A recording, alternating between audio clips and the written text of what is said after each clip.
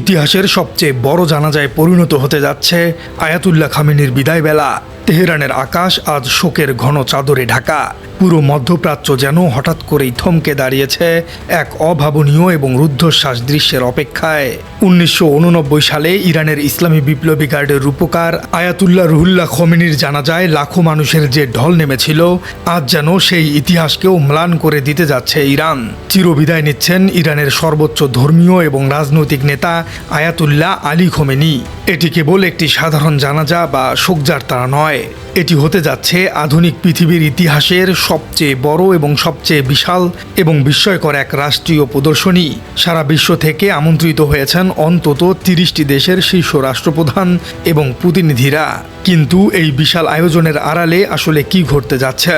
বিশ্ব রাজনীতির এই চরম উত্তেজনাকর এবং স্পর্শকাতর মুহূর্তে ইরানের রাস্তায় লাখো মানুষের ভিড়ে ঠিক কী বার্তা দিতে চাইছে ইসলামী প্রজাতন্ত্র অর্থাৎ ইরান? কেন পুরো বিশ্বের নজর আজ তেহরানের রাজপথের দিকে? আর কি থাকছে এই অনুষ্ঠানকে ঘিরে? চলুন দর্শক, আন্তর্জাতিক ভূরাজনীতির এই রুদ্ধশ্বাস অধ্যায়ের আদ্যপান্ত আজ পুরোপুরি আলোচনা করা যাক। খামেনির এই জানাজাকে ঘিরে তেহরানে এখন চলছে এক নজিরবিহীন রুদ্ধশ্বাস প্রস্তুতি। আন্তর্জাতিক গণমাধ্যম এবং ভূরাজনৈতিক বিশ্লেষকদের মতে এটি হতে যাচ্ছে মানব ইতিহাসের অন্যতম বৃহৎ লোকসমাগম। ইরানের রাষ্ট্রীয় সংবাদ মাধ্যমগুলো থেকে পাওয়া তথ্য অনুযায়ী রাজধানী তেহরানের রাস্তাঘাটে এখন তিল ধারণের ঠাঁই নেই। কালো পোশাক পরা শোকার্ত মানুষের ঢল নেমেছে চারদিক থেকে। তেহরান বিশ্ববিদ্যালয় থেকে শুরু করে আইকনিক আজাদি স্কোয়ার পর্যন্ত কয়েক কিলোমিটার রাস্তা পুরোপুরি জনসমুদ্রে পরিণত হয়েছে। দীর্ঘ 3 দশকেরও বেশি সময় ধরে আয়াতুল্লাহ আলী খামেনি শুধু ইরানের সর্বোচ্চ নেতাই ছিলেন না, বরং পুরো শিয়া মুসলিম বিশ্ব এবং মধ্যপ্রাচ্যের ভূরাজনীতির প্রধান নিয়ন্ত্রক ছিলেন। তার নির্দেশেই পরিচালিত হয়েছে ইরানের পরমাণু কর্মসূচি এবং ব্যালিস্টিক মিসাইল প্রজেক্ট।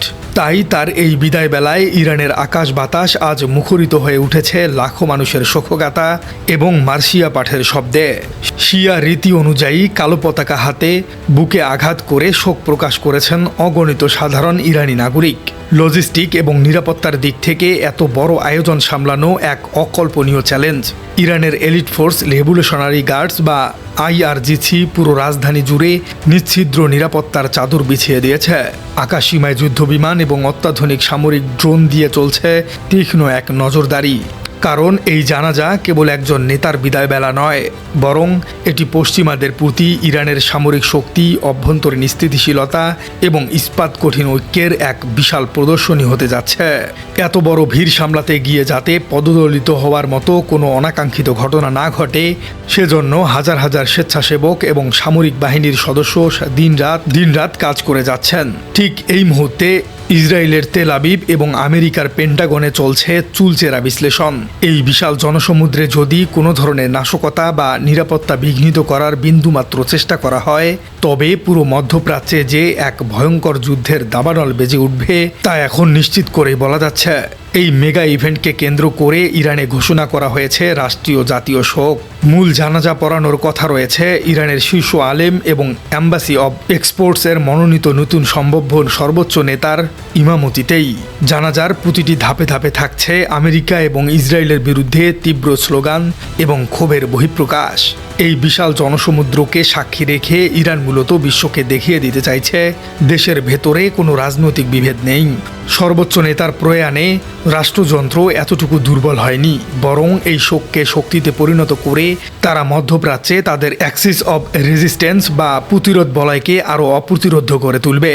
ইরানের সামরিক বাহিনীর শীর্ষ কর্মকর্তা বিশ্বকে অত্যন্ত কড়া ভাষায় বার্তা দিয়েছেন, খামেনির আদর্শ ধারণ করে ফিলিস্তিন, লেবানন এবং ইয়েমেনের প্রতিরোধ যোদ্ধাদের প্রতি তেহরানের সমর্থন আগের চেয়েও বহুগুণ বৃদ্ধি পাবে। দর্শক, 4 দশক আগে আয়াতুল্লাহ রুহুল্লাহ খামেনির জানাজায় প্রায় 1 কোটির বেশি মানুষের সমাবেত হয়েছিল। আজ আয়াতুল্লাহ আলী খমেনির জানাজায় সেই রেকর্ডকেও ভেঙে আরও বড় জনসমাগমের আশঙ্কা করা হচ্ছে।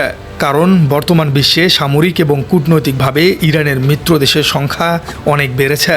এই জানাজায় শুধু সাধারণ মানুষই নয়, আনুষ্ঠানিকভাবে আমন্ত্রণ জানানো হয়েছে 30টি দেশের শীর্ষ প্রতিনিধিদেরকে।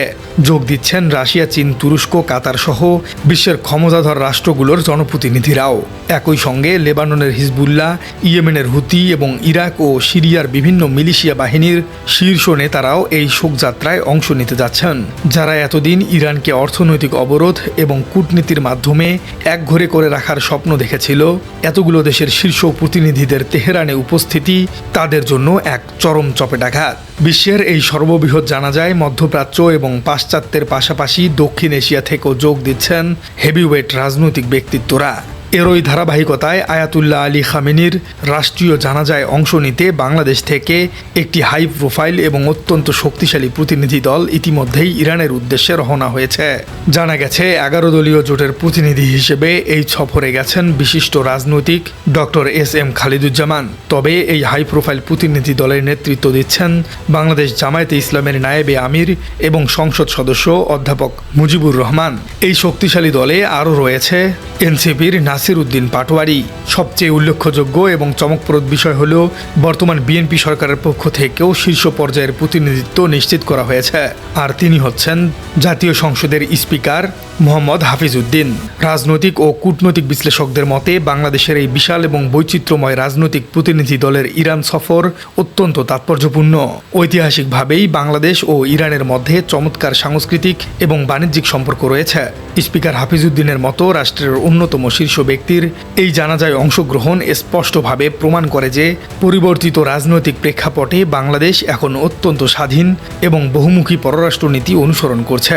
ভূরাজনৈতিক যে কোনো চাপের ঊর্ধ্বে উঠে স্বাধীন পররাষ্ট্রনীতি বজায় রাখতে এবং মধ্যপ্রাচ্যের প্রতিটি গুরুত্বপূর্ণ পরাশক্তির সাথে এই ভারসাম্যপূর্ণ সম্পর্ক গড়ে তুলতে বর্তমান রাষ্ট্রযন্ত্র কতটা বদ্ধপরিকর এই প্রতিনিধি দলের উপস্থিতি তারই একটি জ্বলন্ত প্রমাণ। জানাজার ময়দানটি আজ কেবল চোখের জল ফেলার জায়গা হবে না, বরং এটি পরিণত হবে আন্তর্জাতিক কূটনীতির এক বিশাল অঘোষিত রণাঙ্গনে। জানাজার ফাঁকে ফাঁকেই চলবে রুদ্ধশ্বাস সব গোপন বৈঠক। হামাস, হিজবুল্লাহ এবং হুতি নেতাদের সাথে অন্যান্য দেশের রাজনৈতিক প্রতিনিধিদের এই মিলন মেলা নতুন কোনো সামরিক বা কূটনৈতিক ব্লুপ্রিন্ট তৈরি করতে পারে। দর্শক, এই বিশাল জানাজার কূটনৈতিক গুরুত্ব আসলে কতটা গভীর তা সাধারণ পর্যালোচনায় বোঝা কঠিন। পশ্চিমা বিশ্ব বছরের পর বছর ধরে নানা নিষেধাজ্ঞা ও অবরোধের মাধ্যমে তেহরানকে একঘরে করে রাখার যে ব্লুপ্রিন্ট তৈরি করেছিল, 30টি দেশের শীর্ষ নেতাদের উপস্থিতি সেই ব্লুপ্রিন্টকেই আক্ষরিক অর্থে ধুলোয় মিশিয়ে দিয়েছে। এটি কেবল একটি শোকগাথা নয়, বরং এটি হলো গ্লোবাল সাউথ এবং পাশ্চাত্যের আধিপত্য বিরোধী রাষ্ট্রগুলোর এক অঘোষিত কূটনৈতিক মিলনমেলা। জানাজার এই ভিড়ের মধ্যেই আড়ালে রচিত হচ্ছে এক নতুন কূটনৈতিক সমীকরণ।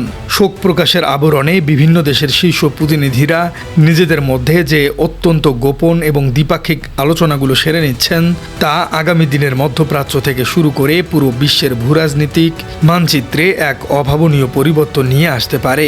এই বিশাল আয়োজন মূলত বিশ্বকে এটাই প্রমাণ করে দিল যে আন্তর্জাতিক কূটনীতির দাবার বোর্ডে ইরান আজও কতটা প্রাসঙ্গিক এবং অপ্রতিরোধ্য এক শক্তি। প্রিয় দর্শক, আয়াতুল্লাহ আলী খামেনির এই জানাজার বিষয়টিকে আপনি কিভাবে দেখছেন?